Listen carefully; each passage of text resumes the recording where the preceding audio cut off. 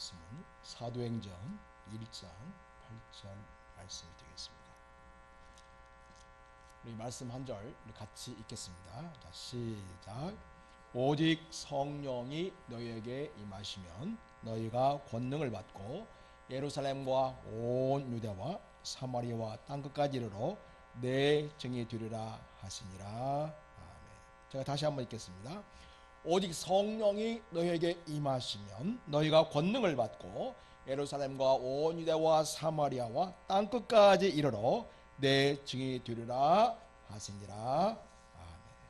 오늘 말씀을 전해주실 분은 박진호 선교사님이십니다. 박진호 선교사님은 나미비아에서 선교 사역하셨습니다. 그리고 우리가 본 영상은 바로 나미비아에 있는 한바족의 선교 사역을 보여드린 것입니다. 오늘 또한 말씀을 전하신 우리 선교사님은 지금 한국에서 사역을 하고 있는데 GMS라고 우리 총회에서 세계 선교회가 있는데 거기 훈련 국장으로 이렇게 지금 사역을 하고 계십니다. 또한 우리 선교사님은 저랑 같이 대학부에서 같이 이제 선후배로 이렇게 시장생활을 했고요. 그리고 의회가 남아공에서 훈련 받을 때에 2달 동안 나이베에서 현지 단기 선교를 했는데 그때 바로 우리 박진호 선교사님 가정에서 우리 의회를 받아줘서 거기에서 머물면서 의회가 단기 선교 사역을 할 수 있었습니다. 참 고마운 우리 선교사님 가정입니다. 이 시간 우리 선교사님 나오셔서 말씀 전하실 때 박수로 뜨겁게 맞이해 주시겠습니다. 우리 박진호 선교사님 나오시겠습니다. 박수로 맞이하겠습니다.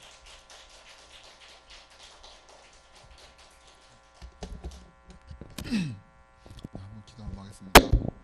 하나님 아버지 은혜를 감사를 드립니다. 늘 부족하고 연약하고 나약한 저희들이지만 하나님께서 은혜로 불러주시고 또 사랑으로 감싸주시며 또 믿음으로 살아갈 수 있는 귀한 은혜 주심을 감사를 드립니다. 주께서 이 시간에도 함께 해주시고 주님의 나라가 임하는 놀라운 역사 있게 하여 주옵소서. 하나님의 영광을 돌립니다. 모든 것들 선교의 주인이시며 이루어 가시는 예수님 이름으로 감사하며 기도합니다. 아멘. 네, 반갑습니다. 오늘 우리 이렇게 귀한 큰사랑 교회 우리 존경하는 공인시 목사님 또 이은경 사모님 또 이렇게 많은 권사님 성도님들 함께 이렇게 예배 드리고 또 말씀 나누시게 해주셔서 너무 감사를 드립니다. 소개받은 대로 소개받으신 대로 박진호 선교사라고 합니다. 아프리카에서 23년째 사역하다가 이제 24년째 지금 국내 사역을 하고 있습니다. 국내 사역을 하고 있고요. 저희 총회 세계선교에서 선교 후보생들을 선교사로 훈련시켜서 내보내는 일을 하고 있습니다. 하나님께서 88년에 군대 갔다 왔을 때 하나님께서 저에게 주신 비전이 2가지가 있었는데요. 하나는 땅끝까지 하나님의 말씀을 증거하라는 그 사명을 주셨고, 또 하나는 20년쯤 지나면 한국에서 훈련과 동원을 할 것이다 라고 이미 88년에 저의 마음속에 꽉 못을 박아주셨습니다. 그 부족 중에 하나가 처음에 그 사역 아프리카에서 선교하는 사역이 바로 이 흰바족이라는 부족이었습니다. 이 부족을 제 눈앞에 계속 기도할 때마다 보여주시고 10년 동안 기도를 시키셨죠. 하나님께서 엄청 큰 은혜를 저기 전주에 있는 소망교회에서 주시고 엄청 큰 은혜를 주시고 그 은혜를 통해서 또 모든 죄악들을 고백하고, 그리고 하나님께서 우리 죄를 몰라서 용서해 주시는 게 아닙니다. 다 아시면서도 불구하고 용서해 주시는 거예요. 그렇게 많은 죄를 지었는지 몰랐어요. 하나님께서 터치하셔서 회개를 하기 시작하니까 모든 죄악들이 전부 필름처럼 지나가요. 머릿속에서. 오래전에 옛날 정말 어렸을 때부터 죄인지도 모르고 범했던 그 죄까지도 하나님께서 생각나게 하시고 필름처럼 머릿속에 지나가는 거죠. 그래서 제가 우연히 찾아간 그 기도원에서 정말 그 밥을 먹고 싶은 생각이 없이 금식하면서 하나님께 기도하게 해주셨어요. 그리고 거기에서 폭포수 같은 은혜를 주시고 하나님 말씀을 하루에 10시간 이상씩 읽은 것 같아요. 하루에 10시간씩 이상 읽으면 3박 4일이면 성경을 다 읽을 수 있어요. 3박 4일이면. 그 말씀을 통해서 하나님이 누구인가, 또 내가 누구인가, 또 내가 어떻게 살아야 할 것인가, 이런 것들을 다 보여주시더라고요. 그리고 나에게 주신 말씀이, 나에게 주신 사명이 땅끝까지 주님의 증인이 되겠습니다라는 고백을 통해서 사명을 확인하게 해주셨죠.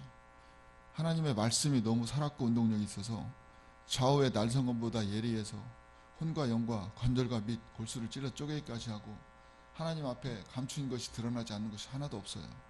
우리들이 보기에는 착한 것 같고 보기에는 다 얌전하고 보기에는 선한 것 같은데 하나님이 아시는 우리는 그 하나님께서 우리의 모습들을 나에게 보여주신다면 절대 하나님 앞에 고개를 들 수도 없는 그런 존재들인 거죠.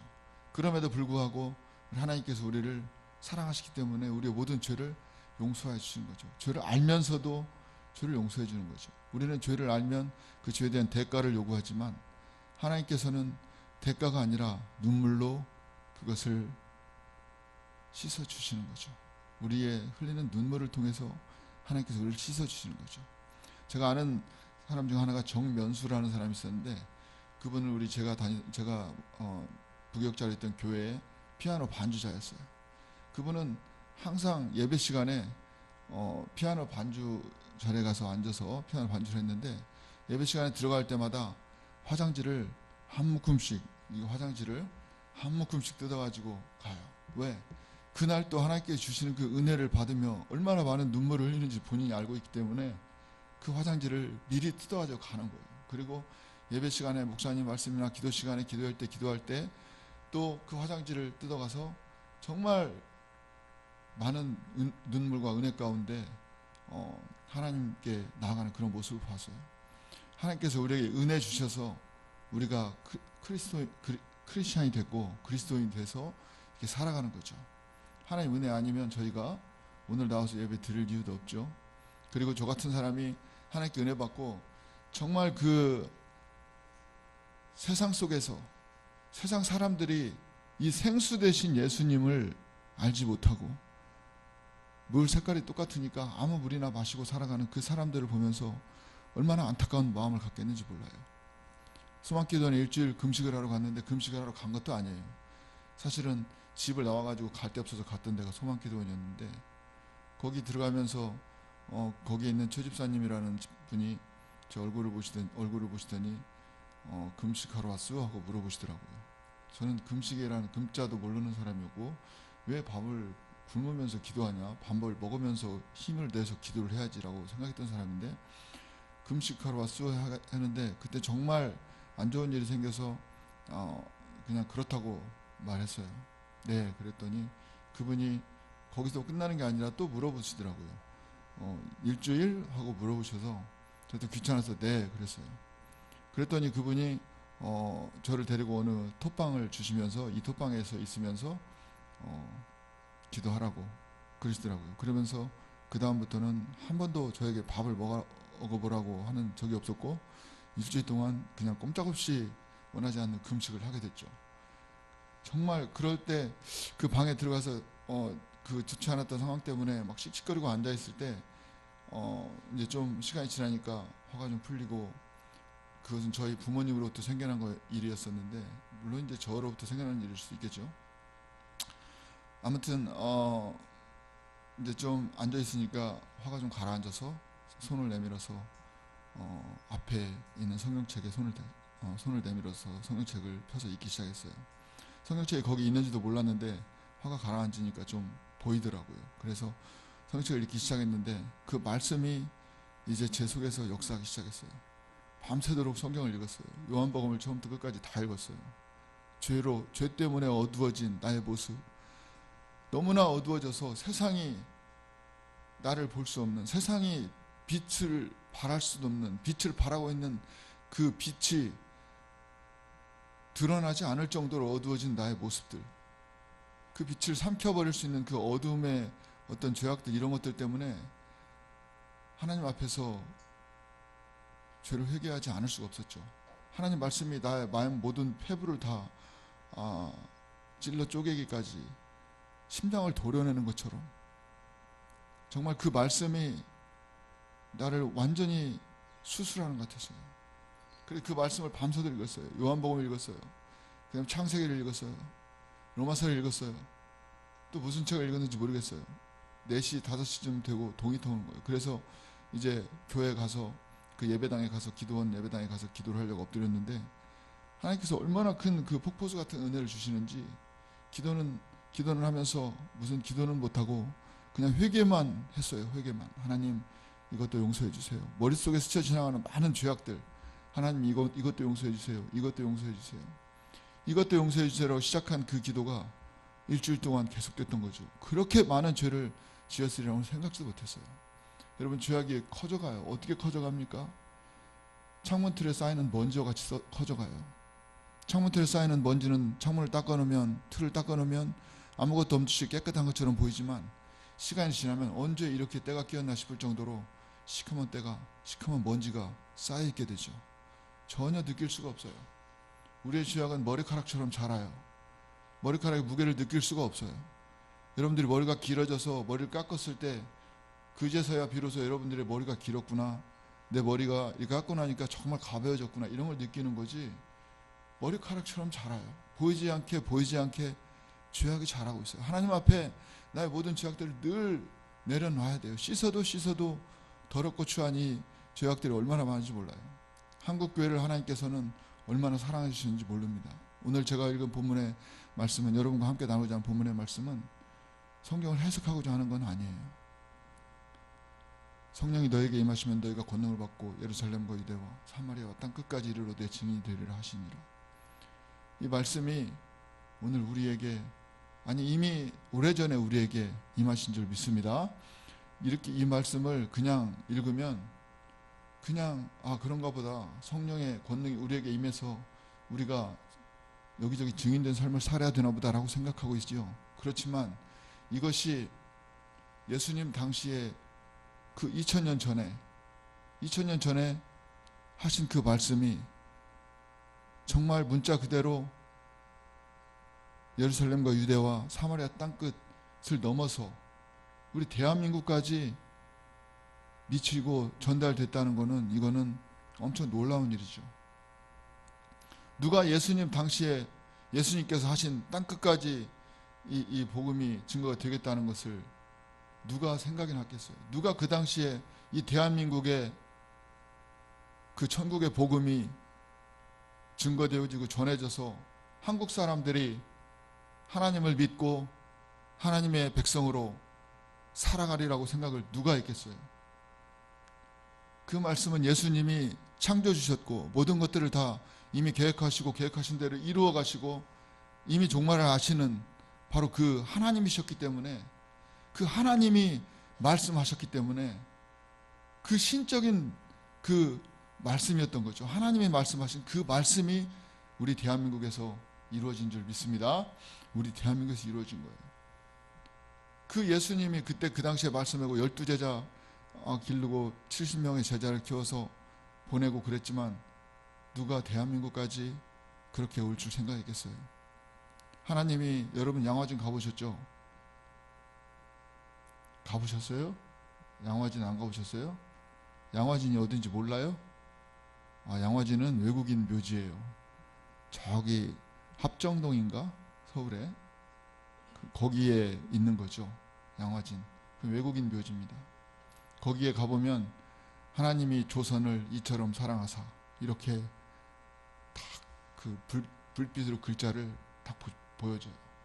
하나님이 조선을 이처럼 사랑하사. 그 조선 시대 때, 그죠? 우리나라 하나님께서 땅끝, 이 대한민국, 이스라엘에서 볼 때 우리는 땅끝이잖아요. 일본은 섬이고 대륙의 끝은 우리죠. 저쪽 끝은 아프리카죠. 정말 우리나라까지 복음이 미친 거죠. 하나님이 조선을 이처럼 사랑하사. 그 수많은 선교사들을 보내주셨어요. 우리나라에 처음 왔던 개신교 선교사는 1882년에 장산이라는 곳에 닷을 내렸던 귀칠라프 선교사죠. 독일 선교사예요. 개신교 선교사는 최초로 우리나라 땅에 발을 디뎠던 그 개신교 선교사 귀칠라프. 그분이 한 달 동안 우리나라를 여행하며 돌아가면서 하나님의 자비가 임하는 그날이 이 땅에 반드시 올 것이다라는 예언을 하고 갔어요. 그 한국이 바로 그 조선이 우리죠. 우리나라죠. 그리고 1884년부터 개신교 선교사들이 왔죠. 1865년에 우리나라에 토마스 선교사가 들어왔죠. 그분이 황해도에서 한두 달 정도 복음을 전했어요. 복음을 전하고 다시 중국 산동에 가서 다시 들어오려고 준비하다가 제너럴 셔먼호를 타고 1866년에 들어오다가 조선의 사람들에 의해 죽었죠. 그분은 참 안타깝게 죽었어요. 제너럴 셔먼호라는 배를 안 탔으면 안 죽었을 수도 있는데 산동에서 한국에 조선에 올 교통편이 없었어요. 한 달 정도를 교통편을 찾다가 못 찾았고 그 배가 간다고 해서 탔는데 조선의 사람들은 그 제너럴 셔먼호 사람들의 그 행동으로 인해서 그들을 불신하게 되고 무역도 할 수도 없고 그냥 불태워 배를 파손시켰고 모든 사람들을 잡아내 죽일 때 토마스 선교사님도 그냥 거기에 끼어서 어쩔 수 없이 안타깝게 참수형을 당했던 거죠. 그리고 1884년에 알렌 선교사님 오셨죠. 언더우드 선교사님 오시고 많은 선교사님들이 오셨어요. 우리 한국은요, 일본이 우리를 식민지 해준 거에 대해서 선교적 측면에서는 감사해야 돼요. 왜냐하면 일본은 식민 제국주의자들이고 선교를 하신 분들은 미국 선교사님들이죠. 식민 제국주의자들이 한 많은 선교지가 있어요. 전 세계 서구 선교사들이 해놓은 모든 식민지는 대부분 그 식민 제국주의자들의 그 제국주의적인 마인드 속에서 나온 그런 결과들이 많이 묻어 있어서 그들이 식민 제국주의자가 선교한 그 식민지를 통해 선교한 선교지는 우리와 같은 교회가 아니에요.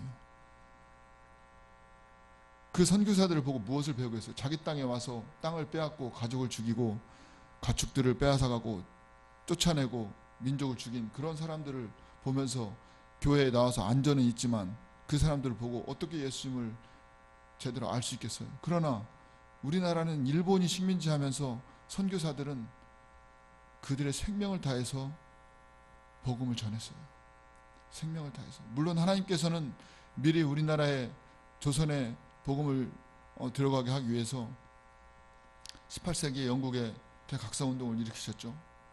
조나단 에드워드, 조지 휘트필드, 존 웨슬레, 요한 웨슬레 이런 사람들이 정말 그 유럽에서 18세기에 엄청난 그 영적 대각성운동에 물결을 일으켰고 그들이 또 회개의 불꽃 속에서 미국까지 그 성령의 역사가 번지게 되고 많은 사람들이 기도의 운동을 하게 되고 그러면서 그 미국에 있던 성령의 감동에 휩싸여서 선교의 열정에 불타있던 그 선교사님들 뭐 아까 말씀드렸던 알렌이나 언더우드나 아펜저나 이런 모든 사람들 이런 분들이 우리 동방의 현재는 예루살렘이라고 부르지만 동쪽에 이 조그마한 반도국가 이 조선을 손가락으로 짚으면서 우리는 이 미전도 종족을 향해서 나가야 된다.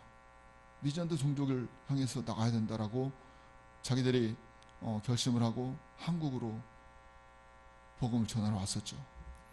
우리나라는 이렇게 미전도 종족에서부터 시작한 나라예요. 우리가 생각할 때 어린 젊은 친구들이나 어린이들 생각할 때는 야 우리나라는 교회가 많아 원래부터 많은가 보다. 그렇지 않아요. 절대 그렇지 않아요. 우리나라는 조선은 미전도 종족에서부터 시작했어요. 우리도 미전도 종족 국가였어요. 그곳에 하나님께서 선교사들을 보내셔서 복음의 불길을 일어나게 하셨죠. 선교사들은 그 당시 왔던 선교사들은 얼마나 많은 고생을 했는지 몰라요. 그때 당시에 무슨 도로가 뻥뻥 뚫려 있겠습니까? 얼마나 되겠습니까? 뭐 부산에서 서울까지 가려면 뭐 몇 날 며칠을 걸어서 가야 되는데 뭐 2주가 걸릴 수도 있고 또 중간에 산 넘고 물 넘고 강을 건너고 뭐 깊은 산을 타고 다니면서 그렇게 다녀야 하는 그런 길들을 다니면서 선교를 했던 거죠. 우리나라에 왔던 선교사님들이 1884년부터 1936년까지 430명의 선교사들이 왔어요.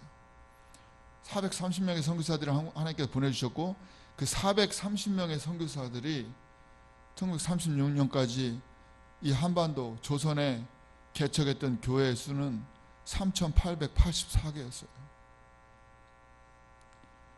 여러분, 3,884곳의 교회를 그들이 개척하고 전국에 십자가를 세웠죠. 그게 쉬운 일이 아니에요. 생각해 보세요. 물자가 얼마나 있겠습니까? 건축 재료가 얼마나 있겠습니까? 그리고 있으면은 교통도 안 좋은, 도로도 잘 뚫리지 않은 그곳에 그런 건축 자재들을 날라서 그곳에 예배당을 짓고 거기에 있는 사람들을 전도하고, 엄청난 일이죠. 엄청난 놀라운 일들 했어요. 그 선교사들을 통해서 한국교회에 축복을 해주셨죠. 전 세계 어느 선교 역사를 보더라도 한국처럼 독특한 나라는 없어요. 한국에 온 선교사들은 조선 사람들을 위해서 굶어 죽은 선교사도 있어요. 식민 제국주의 선교사가 누가 굶어 죽습니까? 안 굶어 죽어요. 다 빼앗죠. 한국에 온 선교사들은 그 수용소에서 포로로 잡혀서 굶어 죽었어요. 헤론 선교사님은 아주 괜찮은 테네시주 그 의과대학에서 공부를 최고 잘했고 교수로 남아주라고 했는데도 불구하고 그분은 나는 이 미전종족 코리아를 위해서 가야 됩니다. 그리고 자기 가족 모든 애들 데리고 조선에 와서 열심히 살아가다가 두 달 만에 이질에 걸려서 죽었어요. 생명을 바쳐서 했던 선교사님들이 너무 많아요. 그분들이 우리나라에 와서 심었던 그 복음의 씨앗, 복음의 열정, 그런 열정들이 우리 속에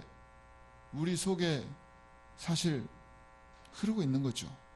한국 선교사가 선교지에 나가는 이유가 뭐겠습니까? 그들을 통해 받은 예수 그리스도의 복음, 그 예수 그리스도의 구속, 그 구속하심, 나에게 하나님께서 베풀으셨던 그 구속을, 내가 받은 그 예수 그리스도의 구속을 현지에 있는 하나님을 알지 못하는 사람들에게 그들도 예수 그리스도의 구속을 알게 하는, 그것이 오직 선교사들이 가는 한 가지의 목적이죠.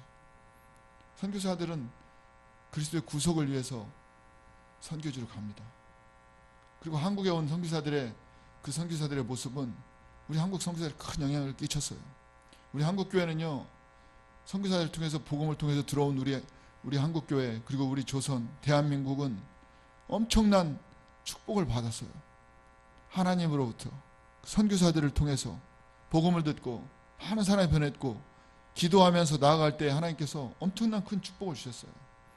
그런데 불행히도 우리의 차세대는, 우리의 다음 세대는 장담할 수 없는 그런 시대가 되어가고 있어요.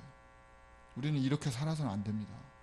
하나님께서 우리 조선에, 대한민국에 부어주신 그 하나님의 그 은혜는 전 세계 어느 곳에서도 찾아보기 힘든 그런 곳이에요. 왜?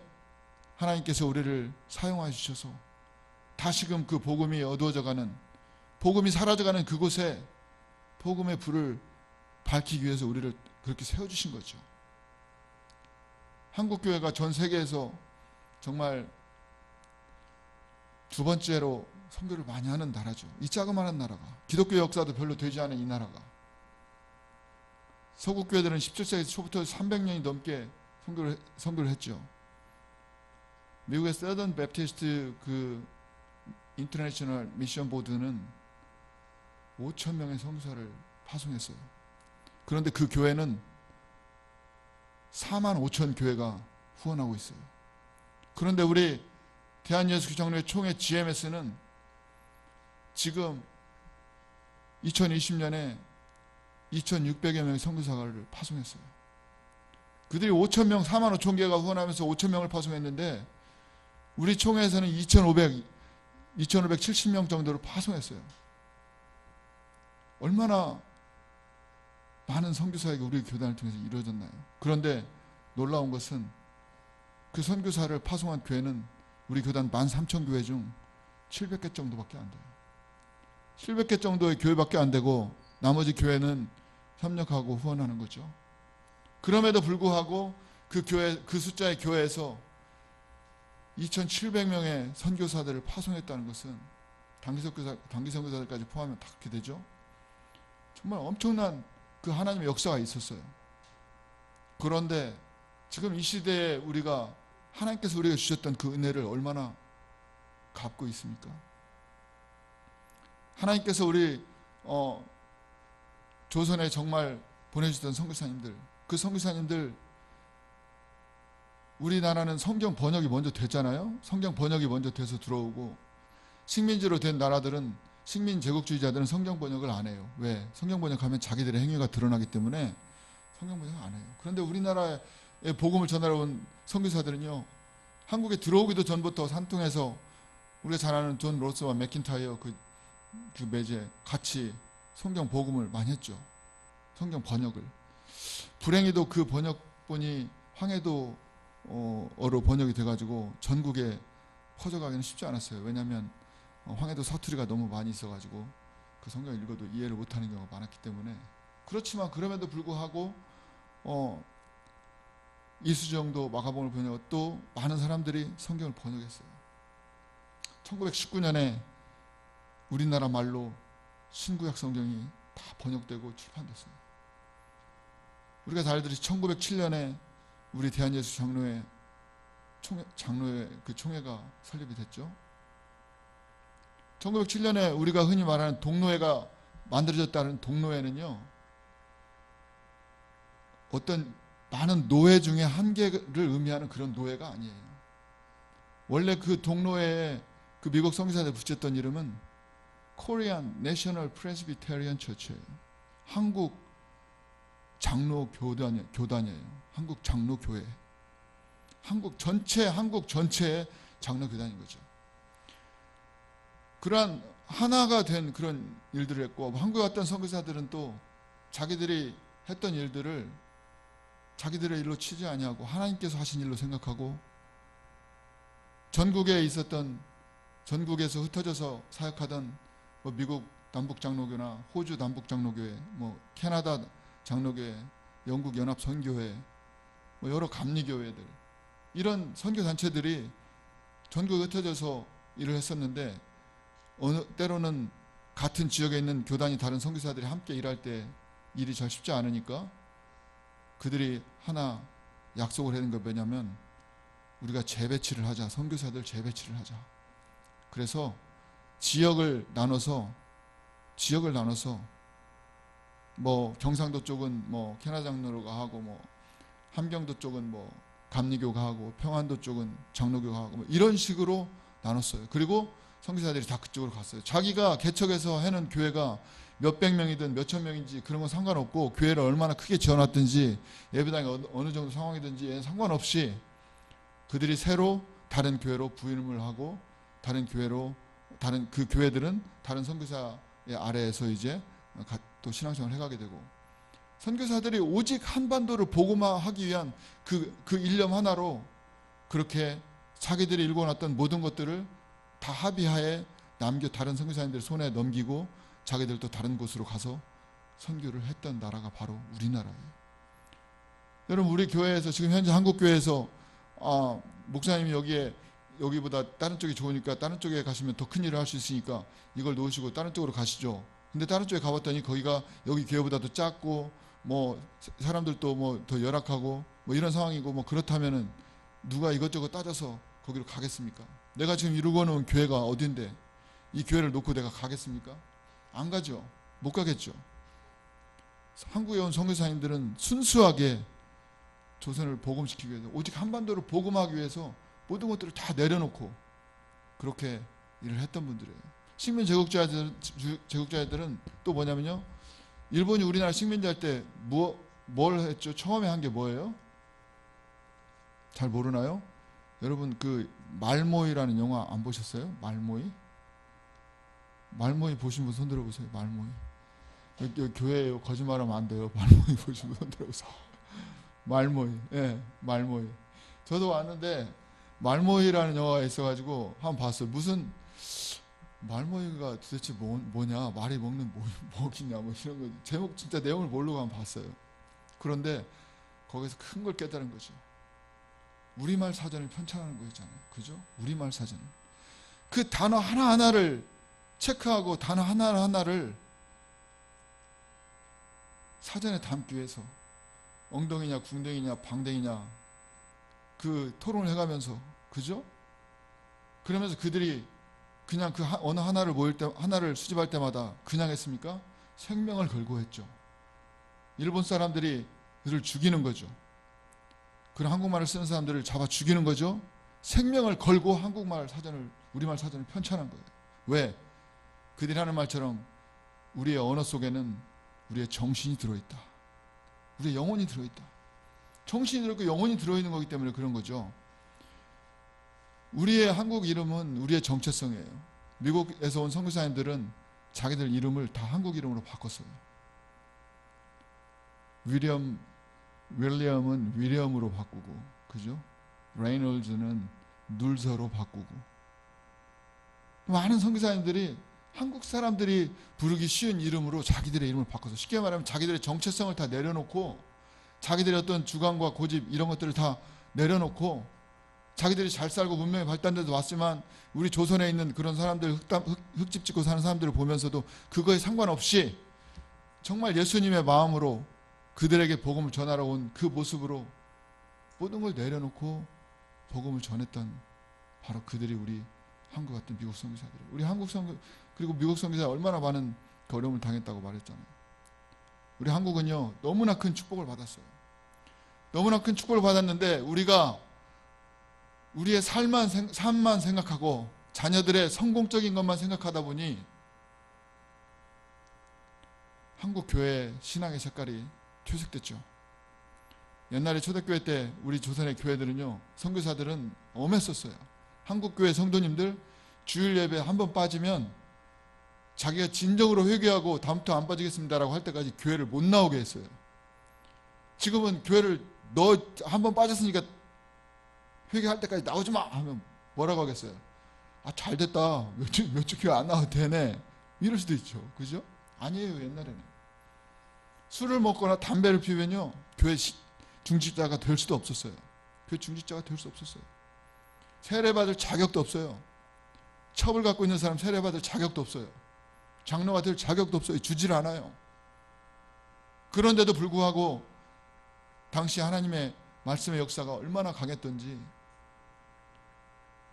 정말 잘못했어요 하고 회개하고 다시 교회를 나오게 되고, 또 첩을 정리하고 또 교회로 나오게 되고, 하나님의 놀라운 역사가 우리나라에 있었어요.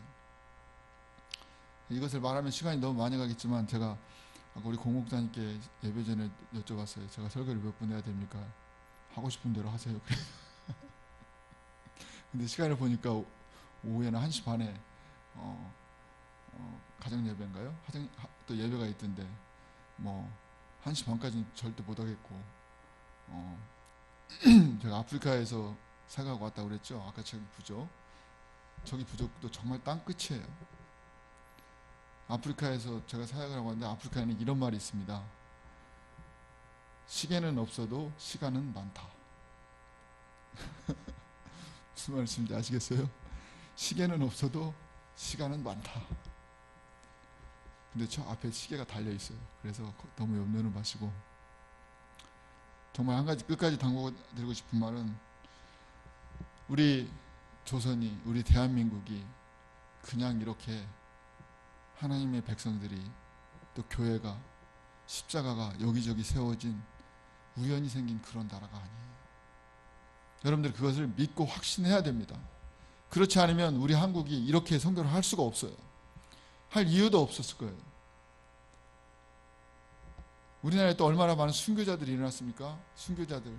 1911년에 백오인 사건, 일본 조선 총독부에서 기독교인들 105인을 데려다가 그렇게 모진 고문을 하고, 1940년에는요 목회자들이 300명이 붙잡혔어요. 2,000명 정도의 성도들이 핍박과 고난을 당했어요. 모든 선교사들이 다 쫓겨났어요. 왜? 신사참배를 강요하는 것 때문에. 신사참배 때문에 나는 절대 그 일본의 우상에게 절하지 않겠다. 300명의 목사들을 잡아다 고문하고 얼마나, 그리고 50여 명의 사람들이 순교를 했어요. 믿음을 지키기 위해서. 순수한 복음을 지키기 위해서 많은 순교자들이 나왔던 나라가 우리나라예요. 복음이 나의 생명보다 더 중요하다고 했던 게 우리나라인데 복음은 뒷전으로 가고 있죠. 정말 우리나라는 이렇게 살면 안 돼요. 여러분들이 그걸 인식을 해야 됩니다. 인식을 해야 돼요. 우리 젊은이들이 하나가 변하면 세계가 변할 수 있어요. 제가 좋아하는 그 영어 속담이 있는데 그게 뭐냐면 Single grain of rice can move the scale이라는 게 있어요. Single grain of rice can move the scale. 번역하면 어떻게 돼요? 네? 누가 한번 번역해서 저 뒤쪽에 앉아있는 우리 저 오른쪽 뒤쪽에 앉아있는 우리 청년들인가 아까 찬양 잘하던데. 번역하면 쌀 한 톨이 저울추를 움직인다. 수평저울이 이렇게 있어요. 50-50예요. 움직이지 않아. 50대 50. 근데 쌀 한 톨이 이쪽에 놓이면 어떻게 되겠어요? 이쪽이 기울어지는 거죠. 쌀 한 톨이 이쪽에 되면 어떻게 되겠어요? 이쪽이 기울어지는 거죠. 쌀 한 톨이 저울추를 움직여요. 쌀 한 톨이 나약한 거 미약한 것 같지만 그 큰 저울을 움직일 수 있는 거죠. 우리 여기 어린이도 있고 청년도 있고 연로하신 분들도 계시고 다 그런데 나 하나가 저울추를 움직일 수 있는 그런 사람들이 되어야 되는 거예요. 우리 하나님이 위대하신 분이에요.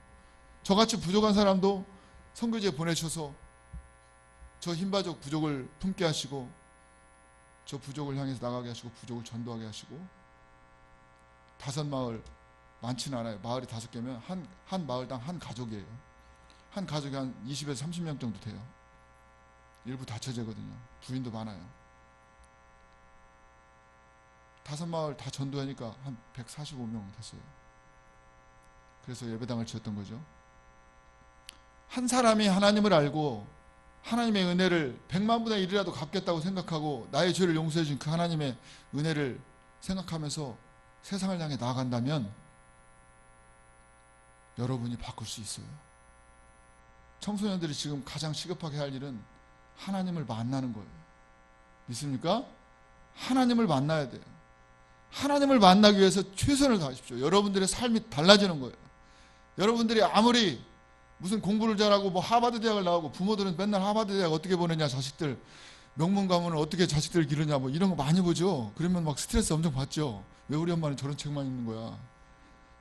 짱구는 못 말려주니까 그런 거죠. 옛날 책이지만 아무튼 정말 스트레스를 많이 받아요. 청소년들이. 그러나 그 모든 스트레스는 하나님을 만나면서 다 사라지는 줄 믿습니다. 하나님 만나면요, 하나님을 알면 세계가 내 품속에 들어오는 거예요. 하나님을 알면 하나님 내가 이 복음을 땅끝까지 주님의 증인이 되겠습니다라고 하는 그 순간 벌써 땅끝은 어디예요? 저 세계의 저편이죠. 나는 나도 모르는 사이에 세계를 품은 사람이 되는 거예요. 크리스찬이 2가지 종류가 있어요. 하나는 그냥 크리스찬이고 2번째는 글로벌 크리스찬이에요. 그냥 크리스찬도 착해요. 교회 나오고 주일날 뭐 헌금하고 예배드리고 봉사하고 이런 것도 다 하죠. 선한 일도 하기도 하고 그러죠. 그러나 자기가 보는 그 하나님 나라에 대한 좁은 시야를 가지고 자기가 있는 곳에서만 자기 살아가는 삶과 연관돼서만 살아가는 크리스찬들이죠. 글로벌 크리스찬들은 그런 크리스찬들이 아니에요. 세계를 향해서 관심을 갖는 사람들이에요. 여러분 누가 전 세계 저소득 국가의 여성들에 대해서 관심을 가져봤어요? 과연 그 저소득 국가에 있는 여성들은 몇 %나 초등학교를 졸업했을까? 아니면은 지금까지 수많은 아이들의 질병 퇴치를 위해서 백신을 연구해온 그런 수십 년의 기간이 흘렀는데 얼마나 몇 %의 아이들이 그 주사를 맞았을까? 그리고 정말 그 결과가 좋을까 나쁠까? 선교사들이 그렇게 세계 선교를 많이 했는데 지난 40년 동안 한국 선교가 후퇴하고 있을까? 성장하고 있을까? 이런 선교적 팩트 체크나 전 세계에 있는 그 팩트 체크들을 얼마나 하고 살아갑니까? 빈곤층의 국가들은 전 세계에 몇 명이나 될까? 인구가.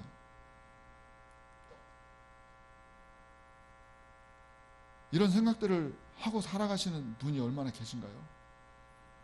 세계를 품은 그리스도인, 정말 그 하나님을 만나면 나의 세계가 달라지는 거죠. 뉴턴은 떨어지는 사과 하나를 보고 우주의 만유인의 법칙, 유니버설 그래비티를 발견했어요. 중력의 법칙, 중력 가속도의 상수를 발견했죠. 9.8m per second, 1초에 9.8m 떨어지는 거죠. 어떻게 그거를 바라볼 수 있을까요? 중력이 작용한다. 떨어지는 사과 하나, 그 자그마한 사과, 더 이상 매달려 있을 수 없는 그 사과 떨어지는 그 사과를 보면서 우주를 생각하는 거죠. 우주의 힘의 원리를 생각하는 거예요. 하나님을 믿는 사람들은 자그마한 걸 하나를 보더라도 하나님의 광대하심을 느낄 수 있는 그런 사람들 믿습니다. 그런 사람들이 하나님을 믿는 사람들이에요. 그런 사람들이 하나님의 사람이에요. 이제 우리가 다른 것보다 하나님을 만나는데 주력을 해야 돼요. 내가 지금 여기 앉아 계신 분 중에 내가 지금 25살 미만이다라고 생각되는 사람 한번 손 들어보세요. 25살 미만이다. 나는 25살 미만이야. 네, 들어보세요. 다. 네. 꼬마도 25살 미만이지? 넘었어 너는? 26이야? 몇 살이야? 6학년님 손 들어야지. 빨리 번쩍. 자, 선교사님 따라 세우겠습니다. 선교사님 따라 세우겠어요. 나는 소리가 뭐야? 나는 하나님 만나기에 최선을 다할 것이다. 나는 2020년에 반드시 하나님을 만날 것이다. 아멘. 아멘 하셨죠? 저는 여러분들에게 이런 거 안 물어보겠어요. 자, 선교당에서 선교사 할 사람 한번 손 들어보세요. 이런 거 안 물어보겠어요. 왜냐면 언급길에 손 들어가지고 나중에 언급길에 손 들어가지고 선교사 됐어요 하는 사람들 꽤나 있어요. 별로 안 좋아요. 금년대에 여러분 다른 거 하지 말고 공부 좀 못해도 돼요. 부모님 그렇지 않아요? 어떻게 생각하세요? 부모님도 한번 손 들어보세요. 애들만 손 들어도 안 되겠어. 자, 나는 부모님이다라고 생각되시는 분 손 들어보세요. 자, 손 들어보세요. 나는 2020년에는 우리 아이들이 공부를 좀 못해도 괜찮다. 소리가 줄어도 안 하시는 분도 계셔요. 나는 2020년에 우리 아이들이 공부를 못해도 괜찮다. 하나님을 만나야 아이가 변한다는 것을 믿는다. 하나님을 믿는데 만나는데 최선을 다하겠다. 네, 손 내려주세요. 공부 좀 못해도 돼요. 그죠? 공부 좀 못해도 하나님을 만나는 게 중요합니다. 자, 이제 말씀을 맺기를 원합니다. 갈 길은 멀지만 해가 저물어 가기 때문에 말씀을 맺으려고 합니다. 이제 우리 정말 1832년에 개신교 성사를 처음 보내주시고 우리 대한민국을 이렇게 복음 중심의 하나님의 선교 대국으로 만들어주시고 정말 그 능력과 역사를 통해서 우리나라를 이렇게 일으켜주신 그 하나님, 우리 한국교회 성도들은 엄청난 회개를 많이 했죠. 순교자가 엄청 나왔어요. 여러분 순교자 기념관에 가서 순교자 기념관이 있어요. 양지 캠퍼스 총신대학교 그 뒤쪽에 하면 순교자 기념관이 있는데 제가 순교자 기념관을 가봤어요. 거기 가보면 벽에 순교자들의 많은 사진이 있어요. 전부 둘러봤어요. 수백 명의 순교자들이 있어요. 그 수많은 순교자들을 보고 제가 마지막 사진을 딱 보는데 거기에 제 얼굴이 딱 있었어요. 좀 깜짝 놀랐어요. 아니 내가 언제 순교자였지? 봤더니 그건 거울이었어요. 거울이었고 그 밑에는 이렇게 적혀 있었어요. 당신도 순교자가 될 수 있습니다. 맞아요. 순교의 정신을 가지고 땅끝까지 주님의 증인이 되려고 합니다. 그리고 하나님께서 하나님 알지 못하는 그 사람들을 구원하려고 보내셨기 때문에 우리 여기에 있는 모든 분들 우리나라를 정말 하나님의 나라로 만들기에 최선을 다해서 노력해 주시고 또 세계 나가 있는 선교사들을 위해서 기도하시고 정말 합력하여 손을 들이며 우리 조선을 통해서 전 세계가 다시 복음화되는 놀라운 은혜 역사가 우리 큰사랑교회로부터 시작해서 전 세계 모든 우리 한국 교회 위에 불같이 일어나기를 주님의 이름으로 축원합니다. 한번 기도하겠습니다. 하나님 감사합니다. 우리 한국 교회를 주께서 세워주시고 성령의 능력의 역사로 말미암아 땅끝 우리나라까지 복음을 전하여 주시고 그 복음을 다시금 전 세계로 가지고 갈 수 있는 선교 대국으로 우리를 삼아 주셨습니다. 하나님, 우리 대한민국 하나님께서 마음껏 사용하여 주시고 또 우리 다음 세대들이 대를 이어서 주님의 나라를 흥왕케 하는 놀라운 선교의 주인공들이 될 수 있도록 축복하여 주옵소서. 우리 큰사랑교회를 더욱 축복하여 주시고 고목사님, 이사모님 또 모든 성도님들 주님 앞에 무릎 꿇고 나갈 때마다 하나님 나라의 놀라운 능력과 은혜 역사가 이 교회를 통해 일어나게 도와주시고 초대교회 때 그 불같이 일어났던 회개의 역사와 또 감사와 모든 하나님의 나라의 귀한 일들이 이곳을 통하여 불길처럼 번지게 하여 주옵소서. 하나님께서 우리의 모든 삶을 사랑하시며 또 한국교회를 선교의 대국으로 만들어주심을 감사를 드립니다. 선교의 주인 되신 예수님 이름으로 감사하며 기도합니다. 아멘.